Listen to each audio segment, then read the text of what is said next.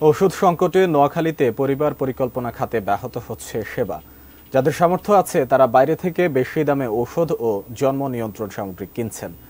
দরিদ্র মানুষ বঞ্চিত সরকারি ঔষধ থেকে। নোয়াখালী প্রতিনিধি ফয়জুল ইসলাম জাহারের তথ্য ও ছবিতে ডেস্ক রিপোর্ট।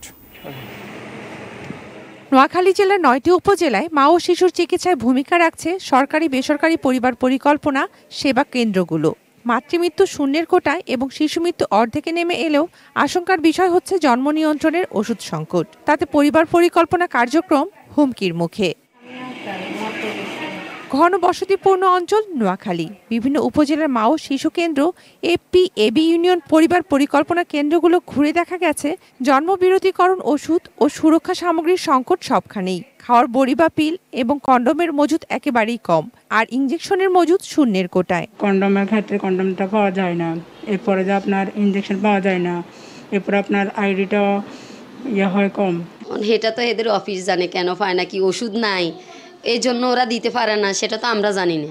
সরকারের সহায়তা এবং নিজস্ব সংস্থার ওষুধ সামগ্রী দিয়ে সেবা কার্যক্রম পরিচালনা করে থাকে এসব কেন্দ্র। ওষুধ সংকটের বিষয়টি সরাসরি স্বীকার না করলেও দুই একটি সামগ্রীর ঘাটতির কথা জানান কর্মকর্তারা। ইনজেকশনের একটু জেলা পর্যায়ে শর্টেজ আছে, আমরা চাহিদাপত্র দিয়েছি এবং যেটা ক্রয় প্রক্রিয়া অলরেডি সমাপ্তির দিকে। আমার প্রত্যেকটা জিনিস যেহেতু সফটওয়্যার বেসড এবং ওয়েব পোর্টাল বেসড, এখানে হাইড করার কোনো সুযোগ নেই।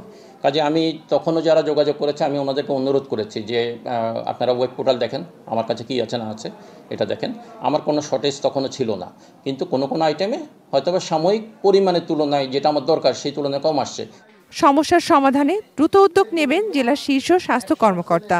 যে সামগ্রীগুলো আসলে প্রকিউরমেন্ট বা সাপ্লাইয়ের সঙ্গে আমাদের স্বাস্থ্য বিভাগ যদি জড়িত না, সম্পূর্ণভাবে পরিবহন বিভাগ সম্পূর্ণভাবে কাজ করে এবং আমার পক্ষে যতটুকু করা সম্ভব এই পরিবহন সামগ্রীগুলো যাতে আপনার সুষ্ঠুভাবে চলে এবং সবাই যাতে সেবাটা পায়। এই অবস্থা চলতে থাকলে হুমকির মুখে পড়তে পারে বিশ্ব স্বাস্থ্য সংস্থা সহ 11টি দাতা সংস্থার বিনিয়োগে পরিচালিত সরকারের গুরুত্বপূর্ণ পরিবার পরিকল্পনা কর্মসূচি। Shakil Aziz, desk report, ATN news.